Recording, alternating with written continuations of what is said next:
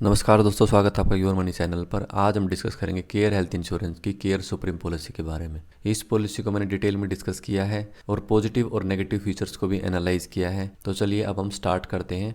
सबसे पहले देखते हैं कि पॉलिसी लेने के लिए एलिजिबल कौन है। इसमें मैक्सिमम एंट्री एज नहीं है, तो आप किसी भी एज में इसमें एंट्री ले सकते हैं, किसी भी एज में आप इसको परचेज कर सकते हैं। और जो चाइल्ड है वो एज ए डिपेंडेंट वो 25 ईयर्स तक कवर्ड है। उसके बाद उनको सेपरेट पॉलिसी इश्यू हो जाती है। Policy premium payment term monthly, quarterly, half yearly या फिर ईयरली आप चूज़ कर सकते हैं।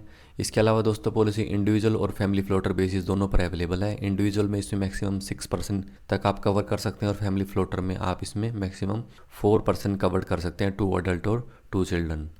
इसके बाद हम देखते हैं कि पॉलिसी में क्या सम इंश्योर्ड ऑप्शंस अवेलेबल है। ये पॉलिसी आपको 4 कवरेजेस में अवेलेबल है, 5 लाख, 7 लाख, 10 लाख और 15 लाख। यानी जो मैक्सिमम आप सम इंश्योर्ड ऑप्ट कर सकते हैं वो है 15 लाख। इसके बाद आते हैं कि हॉस्पिटलाइजेशन एक्सपेंसेस में क्या क्या कवर्ड है। इन पेशेंट हॉस्पिटलाइजेशन आप अप टू सम इंश्योर्ड तक अवेल कर सकते हैं। पॉलिसी में डे केयर ट्रीटमेंट भी कवर्ड है। एडवांस टेक्नोलॉजी या फिर मॉडर्न ट्रीटमेंट जो मेथड्स हैं वो भी कवर्ड हैं। और जो प्लस पॉइंट है वो ये है कि इसमें अप टू सम इंश्योर्ड तक कवर है, कोई भी सब लिमिट नहीं है उसमें। प्री हॉस्पिटलाइजेशन एक्सपेंसेस वो आपके अप टू 60 डेज तक कवर्ड है। और हॉस्पिटल से डिस्चार्ज होने के बाद 180 डेज तक आपके पोस्ट हॉस्पिटलाइज एक्सपेंसेस कवर्ड होते हैं। इसके बाद आयुष ट्रीटमेंट है वो भी अप टू सम इंश्योर्ड तक कवर्ड है। और डोमिसिलरी हॉस्पिटलाइजेशन भी इसमें अप टू सम इंश्योर्ड तक कवर्ड है। ऑर्गन डोनर बेनिफिट भी इसमें कवर्ड है, यानी इंश्योर्ड पर्सन को रिक्वायरमेंट रहती है तो उसके लिए जो ट्रीटमेंट कॉस्ट लगती है वो अप टू सम इंश्योर्ड तक कवर्ड है। रोड एम्बुलेंस कवरेज में यदि पॉलिसी का सम इंश्योर्ड 15 लाख से कम है तो इसमें आपको 10,000 तक एम्बुलेंस के एक्सपेंसेस मिलते हैं। अब पॉलिसी में मेंशन्ड है कि यदि आपका 15 लाख या उससे अबव सम इंश्योर्ड है तो इसमें अप टू सम इंश्योर्ड तक आपको एम्बुलेंस का कवरेज मिलता है। हालांकि पॉलिसी में कहीं पर भी 15 लाख से ऊपर का सम इंश्योर्ड मेंशन नहीं है, तो पता नहीं इन्होंने क्यों ऐड किया है। तो इसमें अनलिमिटेड ई कंसल्टेशन की फैसिलिटी भी है, यानी आप किसी जनरल फिजिशियन से जो कि केयर हेल्थ नेटवर्क पे होगा डॉक्टर, आप उससे अनलिमिटेड ई कंसल्टेशन कर सकते हैं। इसके अलावा कुछ एड ऑन फीचर्स हैं जो आपको फ्री ऑफ कॉस्ट मिलते हैं, जैसे doctor on chat, healthy tips reminders, discount connect OPD consultation के लिए या फिर डायग्नोस्टिक्स के लिए, मैटरनिटी के लिए यदि आप किसी नेटवर्क हॉस्पिटल पे जाते हैं तो वहाँ पर आपको एडिशनल डिस्काउंट मिलता है। इसके अलावा पॉलिसी में जो एक और अच्छा फीचर है वो है क्यूमुलेटिव बोनस। आपको हर ईयर के बाद आपको 50% जो बेस सम इंश्योर्ड है वो एनहांस हो जाता है और जो कि मैक्सिमम 100% तक एनहांस हो सकता है। मेन पॉइंट है वो ये है कि ये बोनस क्लेम के बाद रिड्यूस नहीं होता है, यानी ये आपका बोनस स्टे करेगा। इवन यदि फ्यूचर में कोई क्लेम आता है तो भी ये बोनस आपका इंटैक्ट रहेगा। नेक्स्ट है जो इस पॉलिसी का यूएसपी है, अनलिमिटेड ऑटोमेटिक रिचार्ज। यानी किसी क्लेम की वजह से यदि आपका सम इंश्योर्ड एग्जॉस्ट हो जाता है तो दोबारा वो सम इंश्योर्ड रीइंस्टेट हो जाएगा, दोबारा वो सम इंश्योर्ड आपको मिल जाएगा। और वो सम इंश्योर्ड आप किसी भी इलनेस के लिए यूज़ कर सकते हैं। यानी आपने यदि प्रीवियस में कोई क्लेम लिया है किसी डिजीज से रिलेटेड, उसी डिजीज से रिलेटेड यदि फ्यूचर में आपका हॉस्पिटलाइजेशन होता है तो भी आप इसको उस सम इंश्योर्ड को रिमेनिंग पॉलिसी पीरियड में जो आपको मिलता है आप उसको यूटिलाइज कर सकते हैं और डिफरेंट इलनेस के लिए भी यूटिलाइज कर सकते हैं। जनरली जो ये ऑटोमेटिक रिचार्ज की फैसिलिटी होती है इसमें ये होता है कि आप इसको किसी भी प्रीवियस क्लेम हिस्ट्री आपकी रही है तो उन क्लेम्स के लिए आप इसको यूटिलाइज नहीं कर सकते हैं, लेकिन इसमें ये रिस्ट्रिक्शन नहीं है। हालांकि किसी सिंगल क्लेम के लिए जो मैक्सिमम पे आउट होगा जो सम इंश्योर्ड है वही रहेगा। यानी आप इस फैसिलिटी को आप तभी अवेल कर सकते हैं जब अनफॉर्चुनेटली आप एक ही ईयर में आप मल्टीपल टाइम्स हॉस्पिटलाइज होते हैं। तो आप ये मत मान के चलना कि आपका सिंगल क्लेम के लिए अनलिमिटेड को सम इंश्योर्ड मिल गया है, ऐसा बिल्कुल भी नहीं है। क्योंकि अदरवाइज इस केस में तो फिर कंपनी की जो लाइबिलिटी है वो अनलिमिटेड हो जाएगी, जो कि एक हेल्थ इंश्योरेंस में कभी नहीं होती है। अभी तक डिस्कस किए ये पॉलिसी के थे बेस कवर्स। इस पॉलिसी में अराउंड 17 ऑप्शनल कवर हैं। इसमें ऑप्शनल कवर बेस प्लान से ज़्यादा हैं, तो आपको सेलेक्ट करने कि आपको कौन सा ऑप्शनल कवर आपके लिए सूटेबल है, आप उनको सेलेक्ट करके और फिर आप पॉलिसी परचेज कर सकते हैं। जैसे कि पहला ऑप्शनल कवर है स्मार्ट सेलेक्ट। आप यदि इस ऑप्शनल कवर को ऑप्ट करते हैं तो आपको एक प्रीमियम में डिस्काउंट मिलता है कि फिर आप जो हॉस्पिटलाइज होंगे आपको केयर के नेटवर्क में ही आपको हॉस्पिटलाइज होना है। यानी केयर इंश्योरेंस का अपना एक हॉस्पिटल नेटवर्क है। यदि आप उनके हॉस्पिटल नेटवर्क में हॉस्पिटलाइज होते हैं तो आपको अप टू सम इंश्योर्ड तक क्लेम पेमेंट मिलेगी। दूसरे किसी हॉस्पिटल में आप हॉस्पिटलाइज होते हैं तो आपको फिर 20% तक आपको क्लेम को पेमेंट देना पड़ेगा। और ये जो 20% को पेमेंट है ये आपका ओवर एंड अबोव एनी को पेमेंट है। यानी यदि इस पॉलिसी में कोई और को पेमेंट है वो तो लगेगी ही लगेगी, आपको 20% या एडिशनल भी लगेगा। अब पॉइंट ये है कि आप यदि इसको ऑप्ट नहीं करते हैं तो क्या होता है। वो पॉलिसी में कहीं क्लैरिफाइड नहीं है कि आप यदि इस ऑप्शन को ऑप्ट नहीं करते हैं तो क्या को पेमेंट लगेगा फिर भी। इसके बाद आते हैं जो सेकंड इनका ऑप्शनल कवर है, रूम रेंट मॉडिफिकेशन। यहाँ पर भी मैं थोड़ा सा इनसे एग्री नहीं करता हूँ कि आप रूम रेंट मॉडिफिकेशन को एज एन ऑप्शनल कवर दे रहे हैं अपनी पॉलिसी में। तो आप रूम रेंट एक्चुअल में क्या प्रोवाइड कर रहे हैं? इन्होंने रूम रेंट के लिए लिखा हुआ है पॉलिसी में कि कोई लिमिट नहीं है। जब रूम रेंट के लिए कोई लिमिट नहीं है तो कोई इंश्योर्ड आपका रूम रेंट मॉडिफिकेशन का ऑप्शनल कवर क्यों ऑप्ट करेगा? जब उसको ऑलरेडी आपको सिंगल प्राइवेट रूम मिल रहा है तो आप एक एडिशनल कवर क्यों लेंगे ट्विन शेयरिंग रूम में कन्वर्ट करने के लिए, या कुछ प्रीमियम में आप सेविंग करने के लिए? आप यदि इसको ऑप्ट करते हैं तो ये एक अच्छा ऑप्शन नहीं है। उसके बाद है प्री एग्जिस्टिंग वेटिंग पीरियड। दोस्तों, पॉलिसी में जो प्री एग्जिस्टिंग डिजीज़ के लिए वेटिंग पीरियड है वो है 48 मंथ्स। यदि आप इस ऑप्शन को ऑप्ट करते हैं तो आपका जो वेटिंग पीरियड है वो 48 मंथ से ये रिड्यूस करके 1 साल तक भी कर सकते हैं। तो आप कितना भी इसको रिड्यूस कर सकते हैं, इसमें फ्लेक्सिबिलिटी है। आपको यदि 1 साल तक कर लेके आना है, या 2 साल तक रखना है, या 3 साल तक रखना है।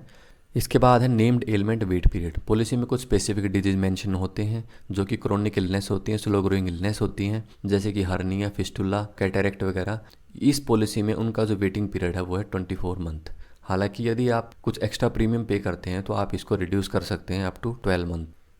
पॉलिसी में एक इंस्टेंट कवर की फैसिलिटी भी अवेलेबल है, यानी आप यदि एडिशनल प्रीमियम पे करते हैं तो आपकी डायबिटीज़, हाइपरटेंशन, हाइपरलिपिडीमिया और अस्थमा इंस्टेंटली कवर हो जाता है from the very first day. इसके अलावा पॉलिसी में डिडक्टिबल की फैसिलिटी भी है, यानी आप यदि कोई डिडक्टिबल चूज़ करते हैं फ्रॉम 10,000 टू 10 लाख तो इस अमाउंट तक का जो क्लेम है वो आपको खुद को बियर करना पड़ेगा, और इसके बियॉन्ड जो भी क्लेम की अमाउंट रहेगी वो पॉलिसी पे करेगी। हालांकि यदि आप ये ऑप्शन चूज़ करते हैं तो आपको प्रीमियम में डिस्काउंट मिलता है। इसके अलावा पॉलिसी में ऑप्शनल कवर है को पेमेंट, यानी आप को पेमेंट चूज़ करते हैं जिसमें कि ऑप्शन आपके पास 5 to 50% तक, तो आपको पॉलिसी में डिस्काउंट मिलेगा कुछ, और ये जो कॉस्ट है क्लेम की, जितना भी परसेंटेज आप चूज़ करते हैं वो फिर आपको खुद को बियर करना पड़ेगा। इसके अलावा पॉलिसी में न्यूबॉर्न बेबी कवर भी है। पॉलिसी में डे 1 से न्यूबॉर्न बेबी कवर हो जाता है यदि आप ये ऑप्शनल कवर चूज़ करते हैं। बट यहाँ पे भी क्लैरिफिकेशन नहीं है कि जो न्यूबॉर्न बेबी है वो कौन सा सम इंश्योर्ड में कवर होगा और किसका सम इंश्योर्ड को वो यूटिलाइज करेगा। इसमें कोई वेटिंग पीरियड है या नहीं है, इसमें भी कोई क्लैरिफिकेशन नहीं दी हुई है। इसके अलावा पॉलिसी में प्लस बेनिफिट भी है, यानी आप यदि इसको ऑप्ट करते हैं तो आपको एडिशनल 20% सम इंश्योर्ड मिल जाता है जिसकी मैक्सिमम लिमिट 10 लाख है। इसके अलावा पॉलिसी में एडिशनल हेल्थ चेकअप भी है जो कि इंश्योर्ड मेंबर के लिए केयर के नेटवर्क पर मिलता है और कैशलेस है। ये ऑप्शनल कवर में है, डिफ़ॉल्ट कवर नहीं है। देखो, बहुत सारी पॉलिसीज़ में ना ये कवर आपको ऑटोमेटिकली मिल जाते हैं। अब इन्होंने इसको एज एन ऑप्शन रखा है तो इसलिए इसमें ऑप्शनल कवर ज़्यादा है और जो बेस कवरेज है वो इस पॉलिसी में काफ़ी कम है।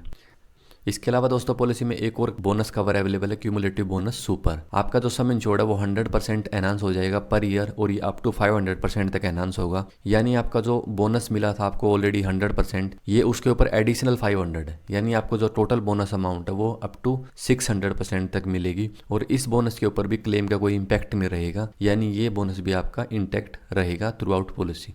नेक्स्ट है बी फिट बेनिफिट। यदि आप इस ऑप्शनल कवर को ऑप्ट करते हैं तो आपको फिटनेस सेंटर में अनलिमिटेड विजिट का ऑप्शन मिलता है। हालांकि इसके लिए जो अडल्ट की एज है वो 12 ईयर से अबोव होनी चाहिए।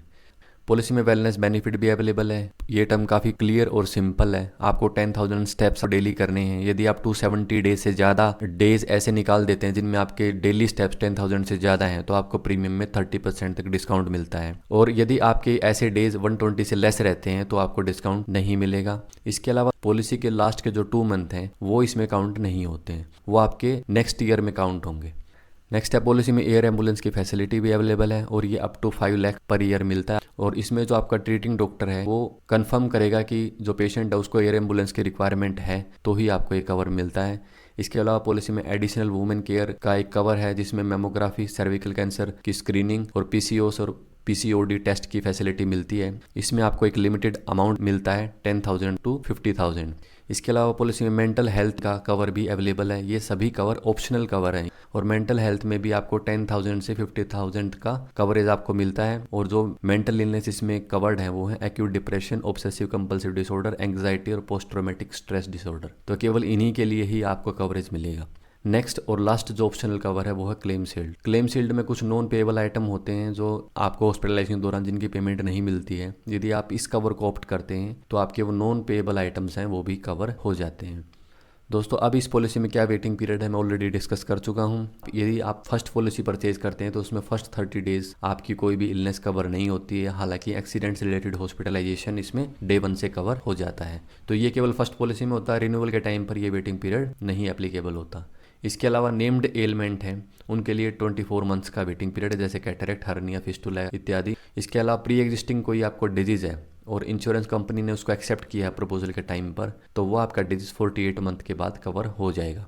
आपके पास ऑप्शनल कवर हैं, आप इन वेटिंग पीरियड्स को रिड्यूस भी कर सकते हैं कुछ एक्स्ट्रा प्रीमियम पे करके। अब आते हैं पॉलिसी में प्राइसिंग कैसे है प्रीमियम की। हालांकि पॉलिसी में कहीं प्रीमियम टेबल है नहीं, मैंने सारे डॉक्यूमेंट चेक किए, इसका प्रोस्पेक्टस, पॉलिसी डॉक्यूमेंट, ब्रोशर, कहीं पर भी कोई प्रीमियम की कोई टेबल नहीं है जहां से हम चेक कर सकें कि ये कितना प्रीमियम चार्ज कर रहे हैं। लेकिन इन्होंने बताया कि प्राइसिंग कैसे कर रहे हैं। जोन 1 में Delhi NCR Mumbai metropolis area और ये जो रीजन है जो बताया गुजरात के कुछ डिस्ट्रिक्ट हैं, तो इनका जो प्रीमियम है वो थोड़ा हायर साइड पर रहेगा और रेस्ट ऑफ इंडिया का प्रीमियम लोअर साइड पर रहेगा। क्योंकि दिल्ली एनसीआर मुंबई गुजरात में जो ट्रीटमेंट की कॉस्ट है वो भी ज़्यादा है, तो इसलिए यहाँ पे प्रीमियम भी ज़्यादा है। इसके अलावा दोस्तों पॉलिसी में प्री पॉलिसी इश्यूएंस जो मेडिकल चेकअप होता है उसके बारे में भी पॉलिसी में मेंशन्ड है कि अप टू 65 ईयर्स कोई मेडिकल टेस्ट की रिक्वायरमेंट नहीं है यदि आपने प्रोपोजल में कोई प्री एग्जिस्टिंग डिजीज मेंशन नहीं किया है। तो यदि आपको प्री एग्जिस्टिंग कोई डिजीज है तो उस केस में केयर हेल्थ इंश्योरेंस आपका मेडिकल टेस्ट लेगा। और 66 एंड अबव के केस में आपके एक सर्टेन मेडिकल टेस्ट है जो कि आपको मैंडेटरीली करवाने पड़ेंगे।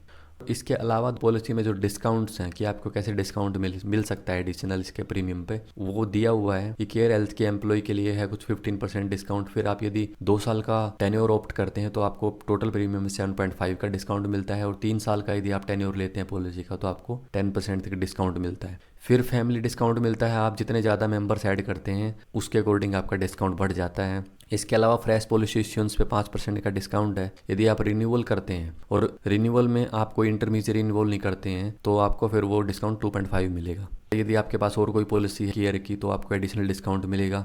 अब इस पॉलिसी का यूएसपी क्या है वो इन्होंने ब्रोशर में मेंशन किया है कि आपको अप टू 600% तक टोटल कवरेज मिलता है। जैसे कि आपका क्यूमुलेटिव बोनस और जो आपका डिफ़ॉल्ट बोनस आप उसको मिला देंगे तो आपको 600% तक बोनस मिलता है। इसके अलावा अनलिमिटेड ऑटोमेटिक रिचार्ज जो कि मैं ऑलरेडी डिस्कस कर चुका हूँ। इसके अलावा पॉलिसी में 30% तक डिस्काउंट मिलता है वेलनेस पे।